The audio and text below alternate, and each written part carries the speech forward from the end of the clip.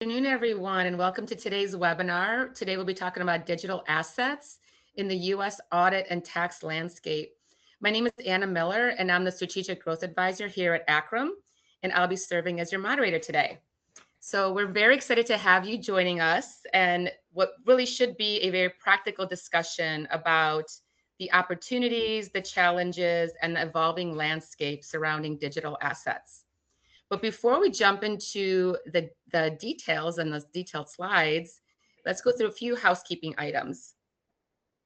So this webinar specifically is eligible for CPE credit. To receive credit, you must remain connected to the webinar for the next 50 minutes, at least 50 minutes of the hour presentation, and then respond to at least 3 of the 4 polling questions that we'll have throughout the presentation.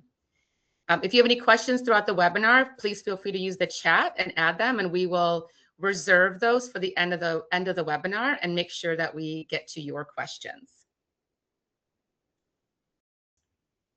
So in terms of just the high level, so this is the program is it's basic overview. There are no prerequisites that were required, and there was no preparation required as well.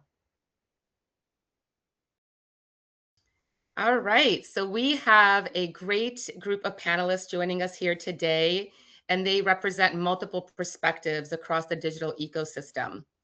First, I've got Hassan Mahmood, who's here with Akram, Jaideep Malpan with Formidium, Aisha, I always say it wrong, Aisha Kiani from Monarch Asset Management, and Keegan Delport from the Catalyst Group. And so again, kind of before we begin into the detailed content, I would like to briefly introduce all of the firms. I'll start with Akram, and then I'll have each of the representatives discuss the details around their respective firms. So Akram, we are a global assurance tax and advisory firm. We only focus on long-term investments. So we work specifically with managers across hedge funds, private equity, venture capital, digital assets, and family offices. So with that, I'm going to turn it over to Jaideep. Can you give us a little bit more information around Formidium? Yeah, thanks, Anna. Hi, everyone. My name is Jaideep Malpani. I've been working with Formidium from last 10 years. I work as Director Sales over here. Formidium, we are a global administrator, fund administrator. We serve or cover a wide range of funds from venture capital, private equity, hedge funds, digital assets fund, real estate funds, SPVs, and multi-strategy vehicles. We have our own technology purpose-built platform that covers from the investor onboarding till NAV reporting, includes financial statements, tax reports, and other things. We have won award-winning awards for our services and technology in past. Recently, we won for the digital assets in Europe. And then we cover everything from a cloud native service to a white glove service and all about it. We service around 2,000 plus funds, around 35 billion under AUA. So yeah, excited to be here. Thank you. Thank you, Jaideep. Keegan, would you like to introduce the Catalyst Group? Yes, Anna, hi. Thank you for having me. I'm Keegan, Associate Director at the Catalyst Group. We are a tech-focused fund administration firm. We also service crypto funds, hedge funds, alternative investments, and the complete array of what Jaideep just mentioned. So I will spare everyone the same verbatim, and we'll just skip to the nice parts. We've also recently moved on to getting our hands on crypto ETFs, and we are proud to say that we now service Brazil's biggest ETF provider in the crypto space. And a fun fact, they are also the first provider to give the market a crypto ETF. So I didn't ask for permission to name drop, so I will just leave those facts there for you to do your own research. And that's you can name drop. It's okay. I think we'll no permission was given, unfortunately. So thank you. Great. Thank you, Keegan, so much. And then, oh, I forgot to introduce, so Kyle Chester actually joined us as well. So he is a senior tax manager here at Akram. He was a surprise visitor, joined this morning. So maybe Kyle, you can maybe introduce yourself a little bit and just provide some details around your background. Sure. Hi. My name is Kyle Chesser. Here at Akram. Been with the firm for a few years, but I mean for a few months, but been in the industry for I think 15 years now, focusing particularly on the alternative asset space, and have dealt in crypto for the past couple years, and excited to be here. Thank you, Kyle. And then maybe Hassan, you can just provide just a very brief background on you as well. Sure. Hi, everyone. Hassan Mahmood here from Akram and Associates. So I'm one of the audit managers here, been with the firm for about 3 years now. I work mostly with alternative investment funds like hedge funds, private equity, and more recently these crypto asset funds. So my focus is on the audit side of these things, like valuation, internal controls, custody, that kind of stuff. So really glad to be here and looking forward to a good discussion with everyone. Great. Thank you, Hassan. And it looks like Aisha is running a little bit late, so hopefully she'll be able to join us here at some point. So, let's start by taking a little bit of a step back and looking at where digital assets and the digital asset industry has evolved and where it really stands today. So over the last several years, we've seen digital assets continue their evolution from this niche class, right? This niche asset class into an increasingly institutionalized market. So Hassan, if you could go to the next slide.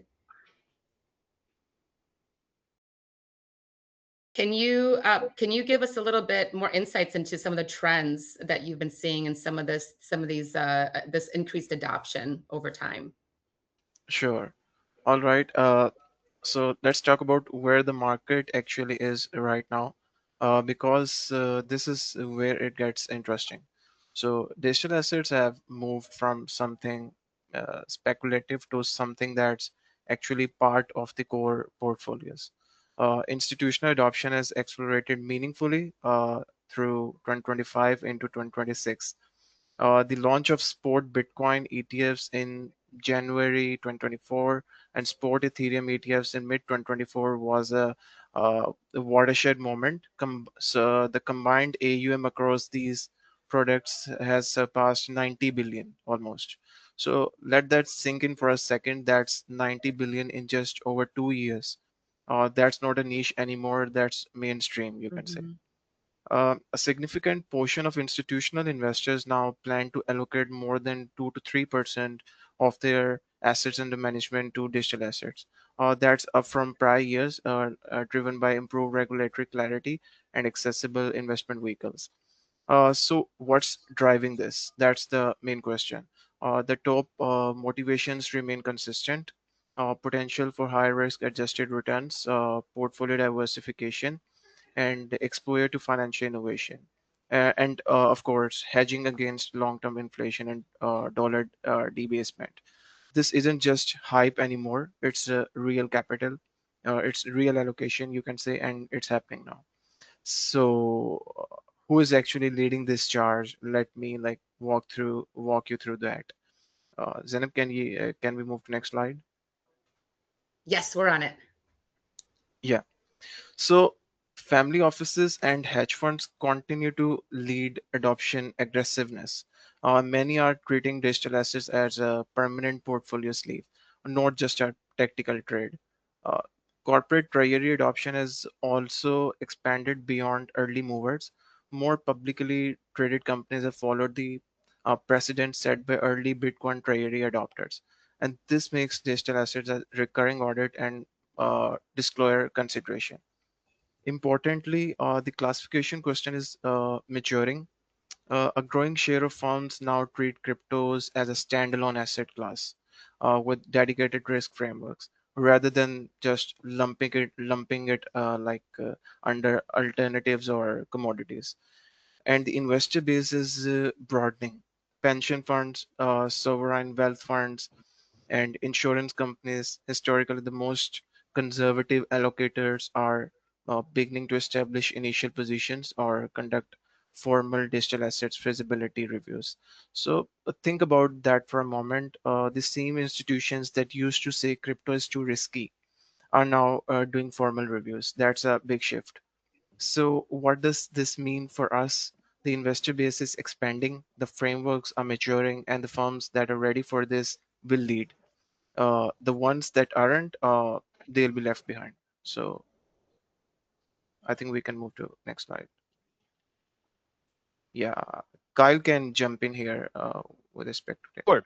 Yeah, so let's talk a little bit about some of the tax implications here that were most recent. And we'll talk about the Form 1099 DA first and what brokerages have to report now compared to what they had to in pre 2025. But so the 1099 DA, it's just like a 1099 div. It's used to report to funds their income as far as realized gains and losses go, and it's now been phased in through 2025. And so this is no longer a future obligation, but it's currently affecting clients right now. And so before, there was this delay of um, reporting the basis, and brokerages had that delay, but now they have to report um, thresholds and proceeds from sale and the disposition of digital assets, and must distribute that to their investors. So centralized exchanges such as like Coinbase and Gemini are now required to issue the 1099 DA that now needs to match what gets reported to the IRS from the tax return. And now the IRS RevProc 2024-28 introduced a new safe harbor for specific unit allocation methods for crypto. So prior to 2025, a lot of crypto holders tracked basis in like a universal or pooled method. So then it's treating all units of any given asset across all wallets and exchanges in one, I guess, fungible pool. But now you have to allocate basis in digital assets to specific units, wallet by wallet and account by count. But there's this safe harbor method for taxpayers, which started January 2025, where they can do that now without having to have any tax implications around it. But it's tells you the RevProc tells you how to make the transition without it being treated as taxable, or if a disallowed accounting method change. So that's a big one that taxpayers will use instead of the universal pooled method. Now they have to use FIFO or LIFO or highest cost, but it's got to be wallet by wallet. And then the next two, the Genius Act and Micah, I'll cover on a more higher level. But the Genius Act really is the guiding and establishing national innovation for U.S. stablecoins, and was passed by the Senate in July of 2025. And it really represents a comprehensive legislative framework for stablecoin. And what it really does is it doesn't treat stablecoin really any different prior to this. So it still treats it as property, but there can be some federal or state chartered banks, and they must approve the non-bank payment stablecoin issuers. So some of the practitioners, they have what's called a reserve requirement, where issuers must maintain a 1-to-1 reserve in this asset with regular attestation requirements. So for auditors, this could create like a new attestation and verification engagement type. For tax treatment, though, the through treasury guidance, I will probably further define this, but how stablecoin transactions are characterized, the long-standing question of whether swapping one stablecoin for another constitutes a taxable event is now more directly aligned within this legislative record. Clients using stablecoin, I guess, for treasury management, payroll, or FX settlements will now operate within a defined regulatory framework with the Genius Act. So it's supposed to help clarify and really give more of a black and white guidance on stablecoins.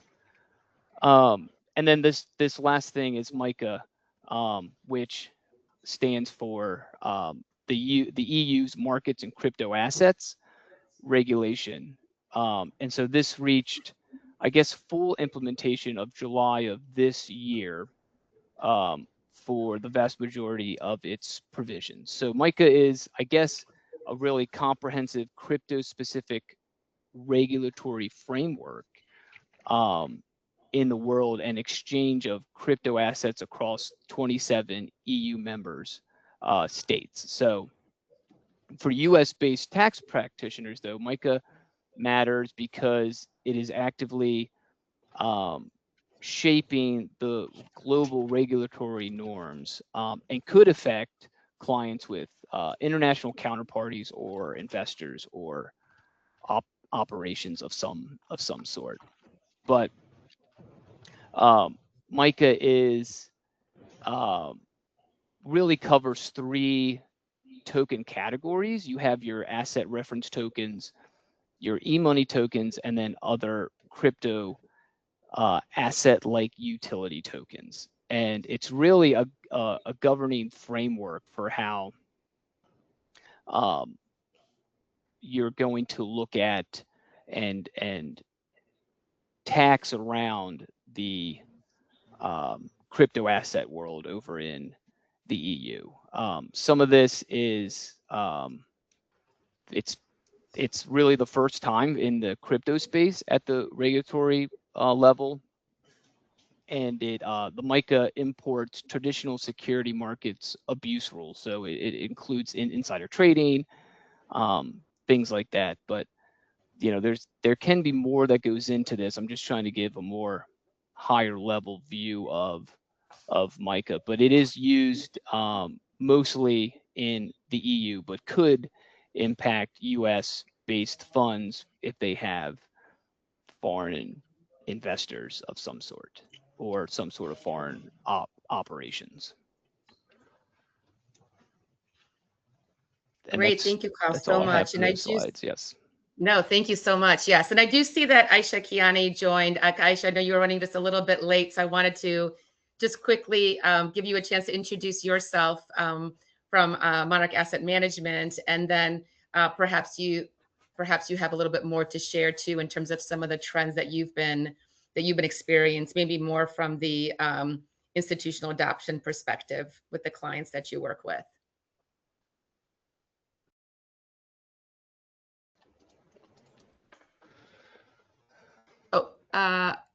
Oh, can't hear you. Sorry. Sorry.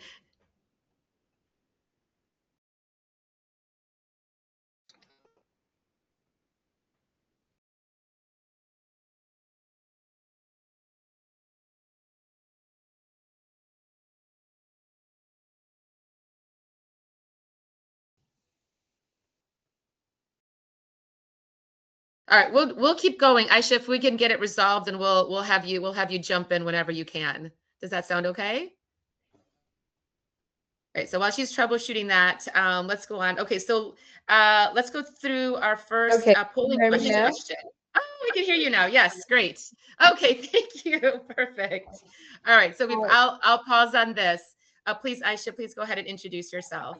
Sure. So I'm Aisha Kiani. I'm the COO, CCO of Monarch Asset Management. We're a multi-strat hedge fund, primarily trading these assets. And what are we currently seeing? We're seeing a lot of float around tokenization, a lot of float around real-world assets. We have started. We saw a lot of investor capital leave crypto space to the AI space. But after yesterday's, uh, after yesterday's liquidity move, I'm not sure if some of that would come back to crypto. But yeah, that's what we're currently seeing at this point. Great. Thank you so much. And nice to you. Thank you for joining us. Okay. All right. So one of the things we've touched on already is how the industry continues to mature operationally, right, and structurally. Keegan, I'd like to bring you into the discussion as you work with managers navigating this evolving landscape. What developments are having the greatest impact on digital asset funds today, in your perspective? Thanks, Anna, and good to be part of this panel. I'll spend the next few minutes talking about something that obviously sits very close to home at Catalyst. And as Anna preluded, that's the question on how do we actually value and report on digital assets while the rulebook is still being written.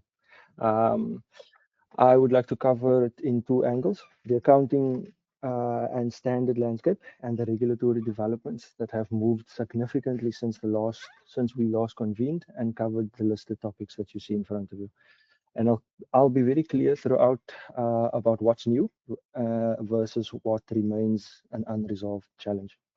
Let me start with what hasn't changed, because I think it's important to be honest with the audience that despite the headlines, the core challenges are still the same. Digital assets, particularly DeFi tokens, NFTs, staking positions, and most yield instruments still fall outside of an authoritative accounting framework. There's no single comprehensive standard that covers the full universe of what a crypto fund holds. That hasn't changed. What this means in practice is that for a significant portion of any given fund's portfolio, and valuation still comes down to the professional judgment, selecting the right method, documenting it rigorously, and defending it to your auditor. The AICPA Digital Asset Valuation Guide, updated in June 2024 and further practice aids in 2025, they remain the key reference point. But just to be clear, it's still just best practice guidance. For DeFi in particular, adds a layer of complexity. Lending, borrowing, and yield farming through smart contracts, you're dealing with positions that have no direct equivalent in traditional finance. There's no counterparty relationship to confirm. There's no market maker quoting a clean two-way price, and the operational and valuation risk profile is just genuinely different. And your documentation needs to reflect that. So now, what has changed? And the headline here is the ASU 2023-08. This is now mandatory. The calendar year entities reporting under US GAAP you are filing under is the standard. It requires a fair value measurement for qualifying crypto assets with the gains, losses recognized directly in net income, not in other comprehensive income. And that's obviously a significant departure from how most of these assets were previously treated on balance sheets at cost, with impairment only in one direction. But the scope is deliberately narrow. To qualify as an asset, um, an asset must be intangible, fungible, blockchain based, and must not confer enforceable rights to other assets or services. Bitcoin qualifies, Ethereum qualifies. However, any wrap tokens, most DeFi instruments, stablecoins, NFTs, they don't. So any fund that has a diversified portfolio, they will essentially be running parallel accounting treatments, which obviously creates its own complexity. The second development I would like to flag is actually quite underappreciated, and that is GAAP versus IFRS. Under the IAS 38, fair value gains on crypto assets, through other comprehensive income, not P&L, So a fund reporting under IFRS and a fund reporting under US GAAP hold identical portfolios will produce materially different financial statements. For funds with dual reporting obligations, and we see this regularly, this is a live operational problem, not a theoretical one. And I'll just note for completeness, the FASB added a new research project in August 2025, exploring whether payment stablecoins should be classified as cash equivalents, and now the account for crypto lending transactions. More standard evolution is coming, obviously, and this is simply not a settled area. So moving on to the second slide.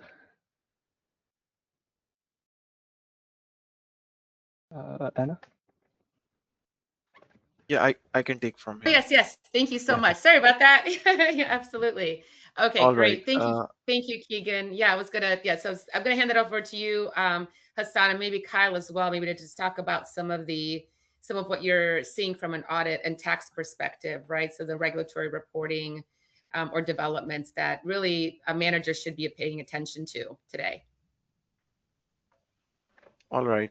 Let's talk about ETFs because this is where the crypto market really went mainstream.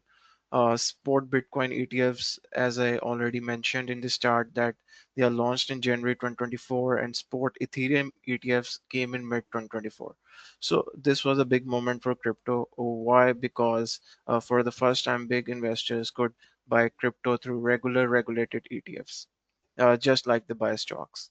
No wallets, no private keys, no exchange accounts, just a simple ETF. Now, here's the important part. These ETFs hold actual crypto, real Bitcoin, real Ethereum, not futures, not derivatives, the actual assets. So, from an audit perspective, this changes everything. Audit firms now have to follow two sets of rules at the same time. First, the Investment Companies Act rule, which applies to all mutual funds and ETFs. Second, digital asset specific procedures, which are completely new. You can't just use your old audit approaches and hope it works. So the sponsors behind these ETFs are huge. They are BlackRock, Fidelity, the biggest names in the finance. That means the bar for audit quality is very high now. These clients expect top tier work, they expect specialists, they expect people who actually understand the crypto. So if I can bring a real example, BlackRock's IBIT alone has over 50 billion in assets under management. That's bigger than many traditional funds. So when you're auditing a client like that, there's no room for error. The SEC is watching, the investors are watching. Your work has to be flawless. So here's the bottom line: if your firm doesn't have crypto audit capability, you will lose those clients. Simple as that. This is not a niche anymore. This is the mainstream, as I mentioned. Zainab, can we move to next slide?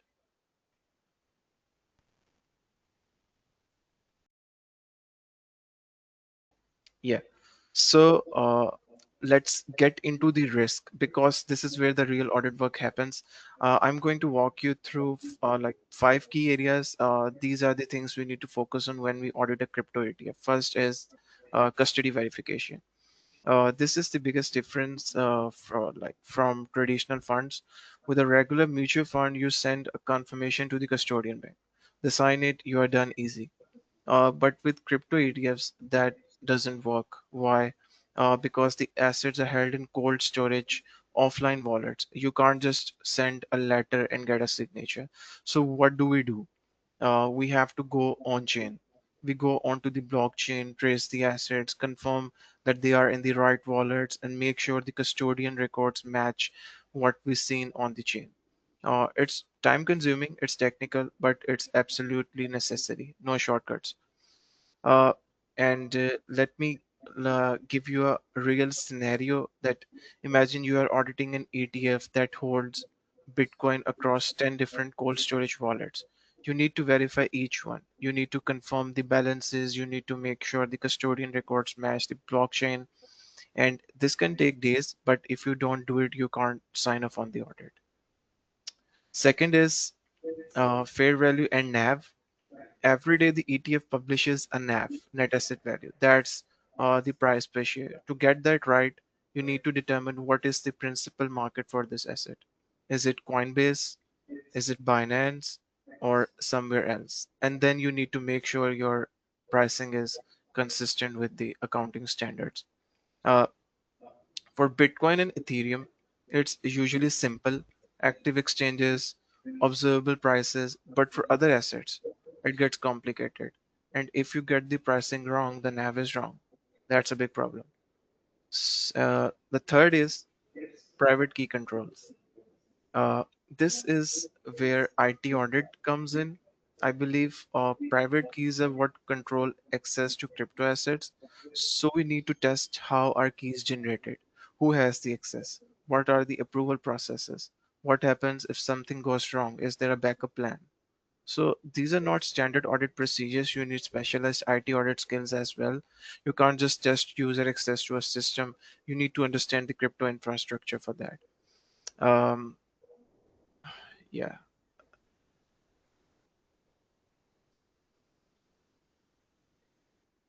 And fourth is in-kind transactions. So here's how ETFs work. When someone wants to create or redeem shares, that's an actual transfer of crypto on the chain. So every transaction has to be traced and verified. You need point-in-time valuation, meaning you need to know exactly what the price was at the time of transfer. And here's the challenge. There's no central clearinghouse to reconcile everything for you. In traditional finance, the DTCC does that work for you. In crypto, you have to do it yourself. Every single transaction, it's a lot of work, but it has to be done. Fifth is staking income and SAB 122. Some Ethereum ETFs take their Ethereum to earn yield. That means they lock up their tokens to help secure the network and get rewards in return. But here's the problem. The accounting treatment for staking rewards is still not clear. How do you recognize the income? When do you recognize it? How do you value it? There's no settled guidance yet, so auditors need to use their judgment. And there's another thing, SAB 122. This actually replaced old one, SAB 121, which was the old guidance on how banks account for clients' crypto. The change means auditors need to update their procedures. So let me be honest with you, this is still developing area. We don't have all the answers yet, but that's exactly why we need to stay current, and what was true 6 months ago might not be true today. Well, that's a great point, Hassan. Just to add a couple of things, for an audit to be successful, you need to get all the granular data. What's the transaction hash? Where was the original lot? How did the closing happen? How are the valuations being done? I mean, you correctly mentioned that getting the market data, fair values every day, it's very crucial. That's what we have been doing it from last 7 8 years, from when Bitcoin was just $2,000. Uh, Having technology as the backbone also helps in the audit, because now the auditor has the access to that granular data direct from the source, be it exchange, be it those protocols and on chains. So if the service provider that's doing your fund admin or doing your accounting has all the transaction hash, has all the history in an auditable format that can be accessed pretty transparently, that gives an aid to the auditors as well, and they are much more confident in signing up for you and looking at all these things from different angles. So thanks, Hassan. I think that validates our approach as well for the as a service provider. Sure.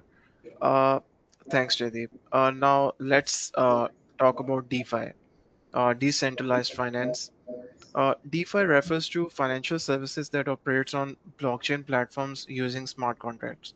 So these smart contracts automate lending, borrowing, trading, and yield farming, all without traditional intermediaries like banks in the middle. So most DeFi protocols use smart contracts based on standardized frameworks like ERC20 on the Ethereum blockchain. ERC20 is a technical standard that defines a common set of rules for creating and managing tokens. It ensures interoperability between tokens and DeFi platforms by standardizing how tokens are transferred, approved, and liquid. These standards allow different tokens and protocols to work together seamlessly. That fosters a robust ecosystem, but it also introduces much more complexity, and that complexity brings risk.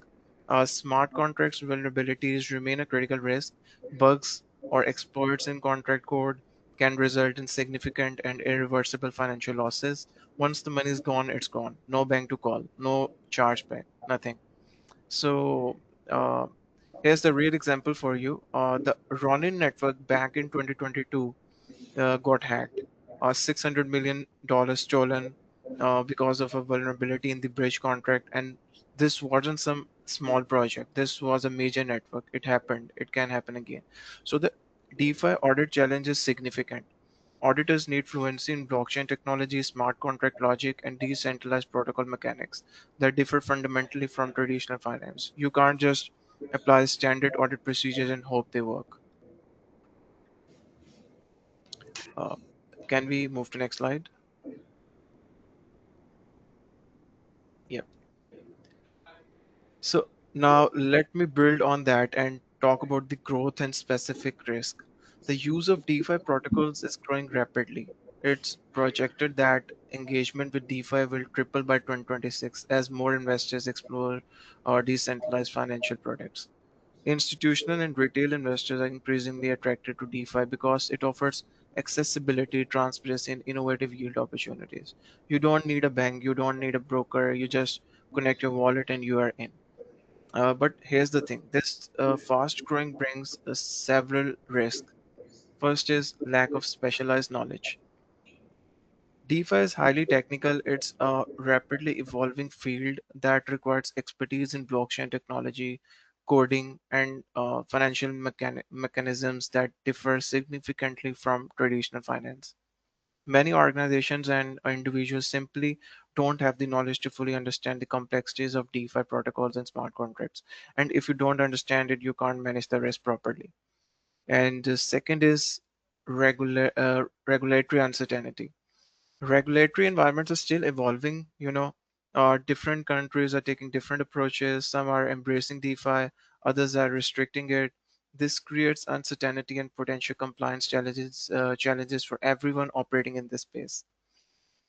And third is volatility and liquidity. Yeah, DeFi tokens can be very volatile, and liquidity can disappear quickly. That impacts the value and stability of investment. So here's my take. DeFi offers great opportunities, but you need to understand the risk. And as auditors, we need to understand both sides, the opportunity and the risk. As DeFi continues to evolve, balancing its promising opportunities with these risks will be essential for sustainable growth and responsible participation.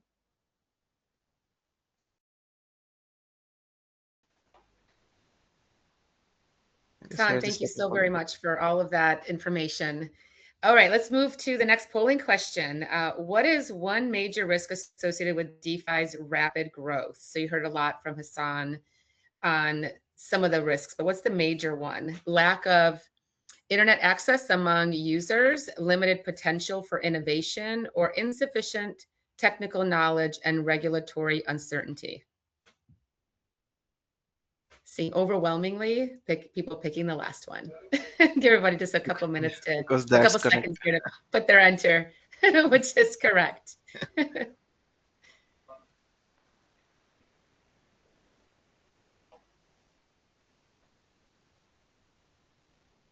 All right, let's move back the slides. Perfect. Thanks, Zainab. All right, so Keegan, back over to you. So let's talk a little bit about some of the challenges that we're seeing with digital assets from a valuation and reporting perspective.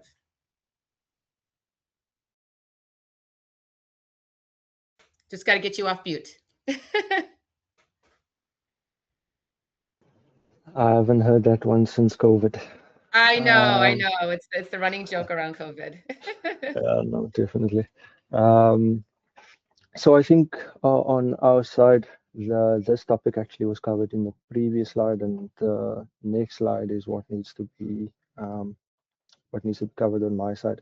So just to take that forward, on our side, we can speak about what decisively changed in the last 18 months, and how that actually beats any movement over the last 5 years. So, in the United States, the two developments that matter most for fund operations are the Genius Act and the SEC Crypto Task Force. The Genius Act, signed in July 2025, establishes the first federal legislation framework for stablecoins. This is the reserve requirements, the audit obligations, and the reporting requirements. So, therefore, for the first time, stablecoins held by the funds have a regulatory definition, and that definition directly intersects with the valuation question, which is exactly why FASB is now researching whether they should be classified as cash equivalents. Um, the SEC's posture has shifted dramatically as well. Nearly all Biden era enforcement actions, except the fraud, has been dropped. The task force is focused on pathway, registration pathways and disclosure frameworks rather than enforcement first. For fund managers thinking about how the structure to use the asset exposure, this is a material challenge in the operating environment. Uh, Going over to Europe, MiCA is now fully in force as of 2025, the world's first comprehensive crypto regulatory framework. Implementation has been patchy, to put it lightly, as businesses obviously work towards interacting with the new legislation. And globally, we are seeing the asset reporting frameworks, COF, is progressing towards implementation. The first information exchange targeted for 2027. It mirrors the existing EOI model. Cross-border funds need to start planning for this. Um, it's really a material change for reporting obligations. The FSB's October 2025 thematic review is also worth noting. It finds significant gaps in inconsistencies in implementation across jurisdictions. This creates a regulatory arbitrage risk for global fund structures, and it's something we factor into our thinking when administering multiple jurisdictions here at Catalyst. And then on the market side, as was alluded to earlier as well, DeFi accelerates sharply. Stablecoin market cap passed 300 billion. LP tokens and protocol position staked assets. The demand for credible fair value determination is very intense. And unfortunately, the standards lag behind. Thank you. That's all from me, folks. Yes. Next slide.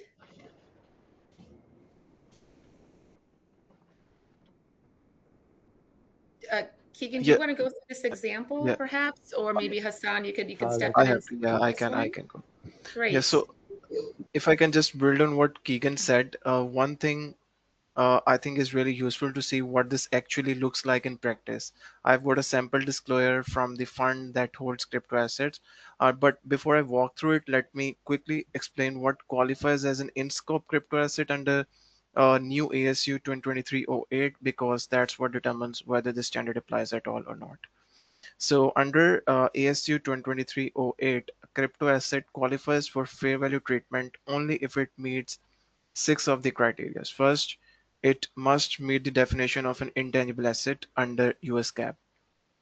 Second, it does not give the holder enforceable rights to or claim on underlying goods, services, or other assets. Third, it's created or resides on a distributed ledger based on a blockchain.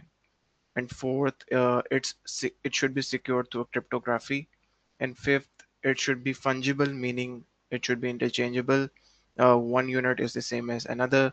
And sixth, it's not created or issued by the reporting entity or its related parties. So that's the scope criteria. Now, why are stable coins and NFTs are excluded? That's the important question. So many stable coins gives the holder the right to redeem them for something else, like US dollars or other assets. That gives the holder an enforceable right to or claim on underlying asset, which violates the second criteria. I believe some stable coins also meet the definition of a financial instrument, which means they are not intangible assets. So they fail the first criteria too. Either way, they don't qualify. for in-scope crypto assets. Second is NFTs. As you all know, they are non-fungible. Each one is unique. They are not interchangeable, so they fail the fungibility criteria. Number five, simple as that. So when you see a reconciliation that excludes stablecoins and NFTs like this one, that's exactly why they are just out of scope. Now let me walk through the disclosure itself. The footnote shows a reconciliation of the opening and closing balances of in-scope crypto assets held during the year. So you all see on your screen, you start with the beginning balance. There are additions, dispositions, and then you have got the net realized gain and change in unrealized, and then you end up with the closing balance. So uh, this two things I want to highlight here. First is the additions. That additions should include both purchases and staking rewards. So staking income is being recognized at fair value on the date it's received. That's an important practical point. And second is this reconciliation excludes stablecoins and NFTs because they don't meet those six scope criteria which we discussed. So you can see the scope limitation in action right here. This is exactly the kind of disclosure auditors needs to verify, and it shows how much more transparent financial statements have become under the new standard.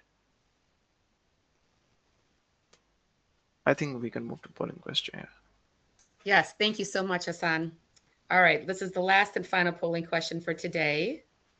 What major limitation currently affects the valuation reporting of digital assets under accounting rules? Overregulation by the SEC, limited formal standards, or excessive availability of pricing data?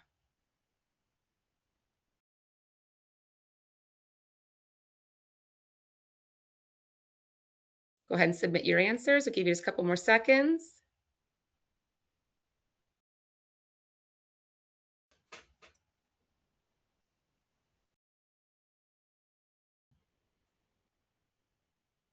All right, let's move on.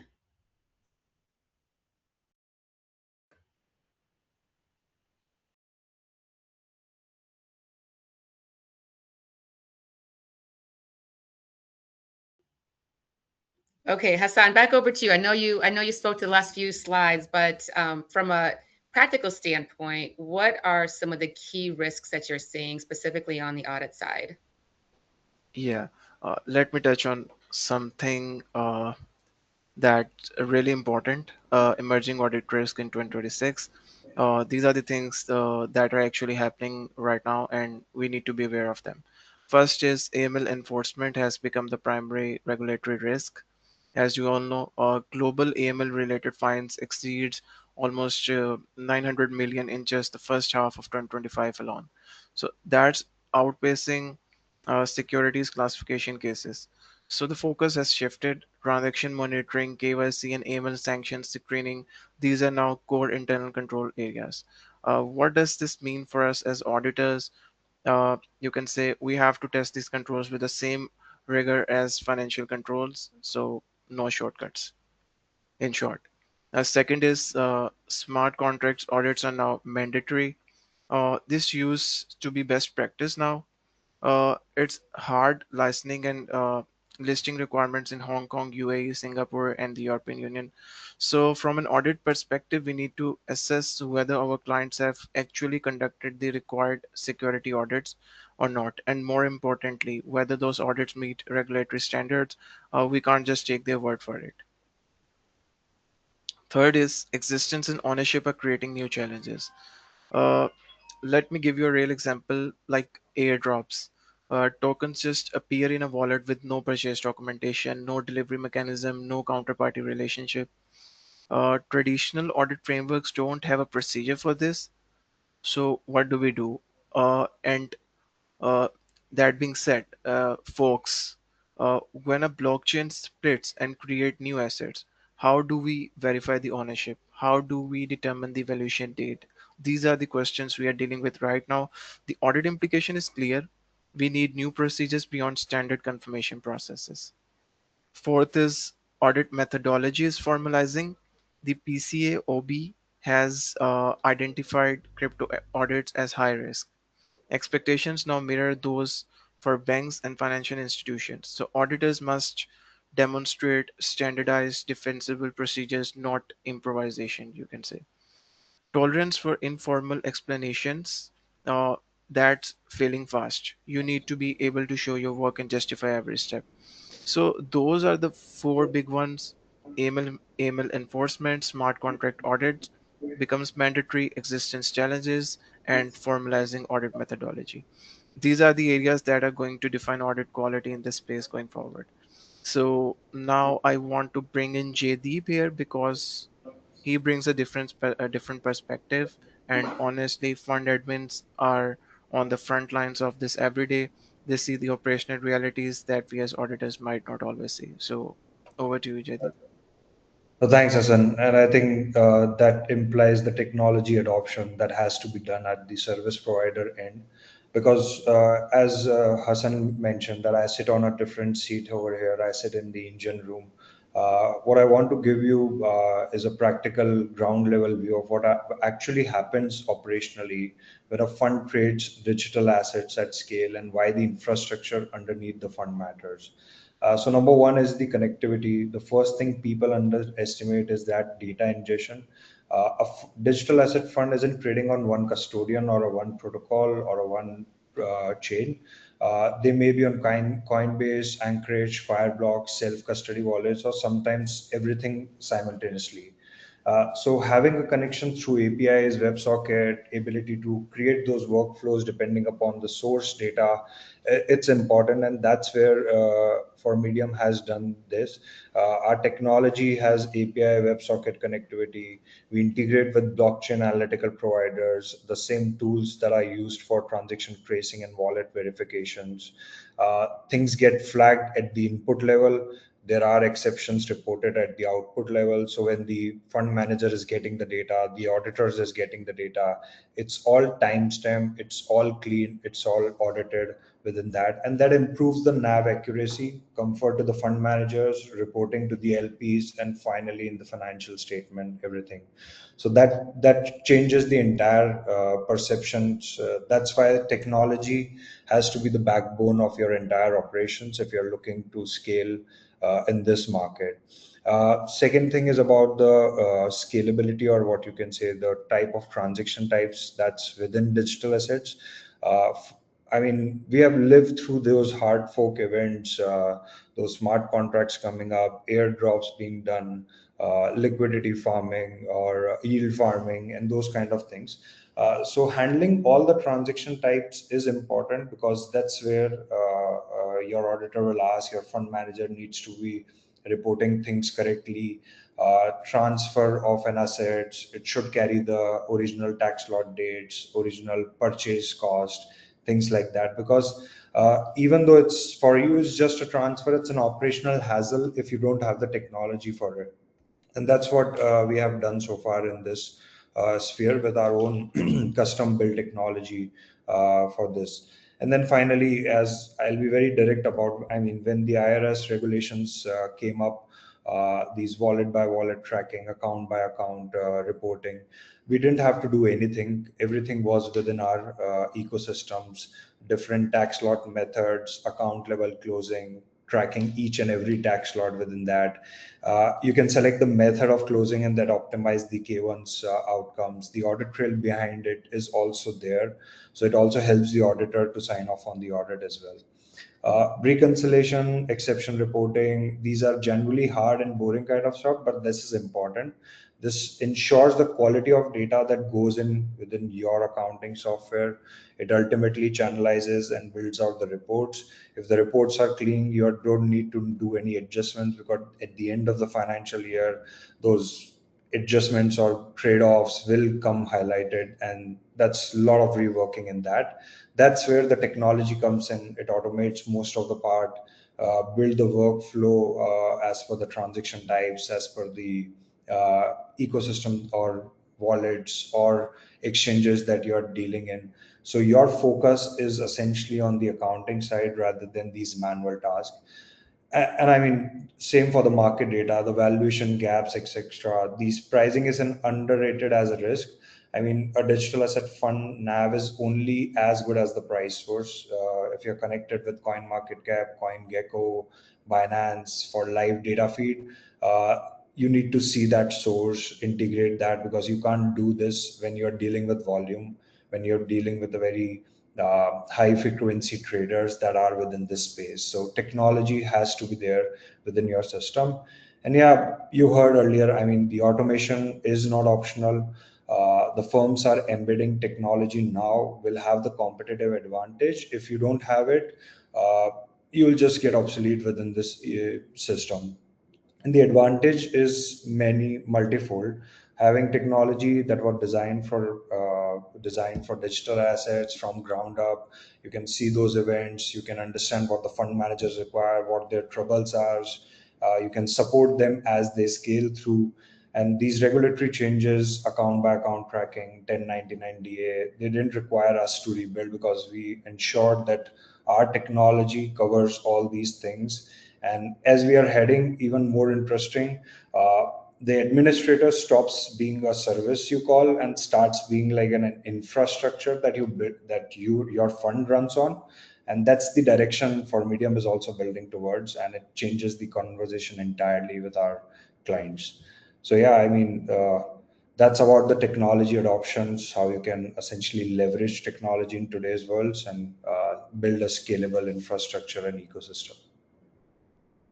Absolutely, the technology and the talent needed, right, to support that is increasingly complex, right? So, so the panelists here, thank you so much for that, Jaideep. So the panelists here have put together some key recommendations that they have for all of you as you look into your digital asset practice here in 2026. I'm not going to read through all these because I know we're coming up at the end of the hour, but I wanted to thank all the panelists today for sharing their thoughts and their insights. And on behalf of Ackerman Associates and our panelists, I want to thank all of you for joining us today.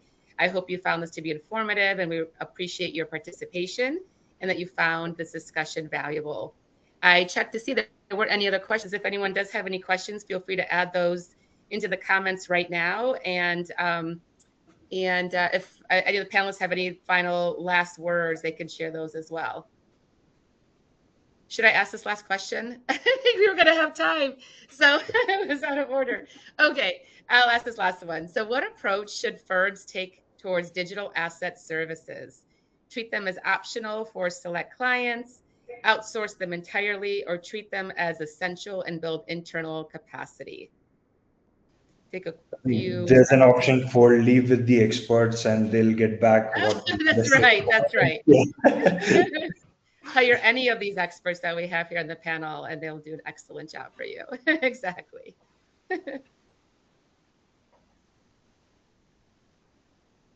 Yes, C is correct. Because firms need to develop formal digital asset policies, designate specialists, and invest in technology and training. So professionals who build digital asset capability now will lead the field as broader adoption continues reshaping wealth management. So that's correct. Thank you, Hassan. All right, and with that, any final comments from anyone else on the panel? On the panel? No. All right, great. Well, thank you again, everyone, for joining us today, and we will see you next time. Thank you, everyone. Thank you, Thank you. everyone. Bye bye. Cheers. Bye.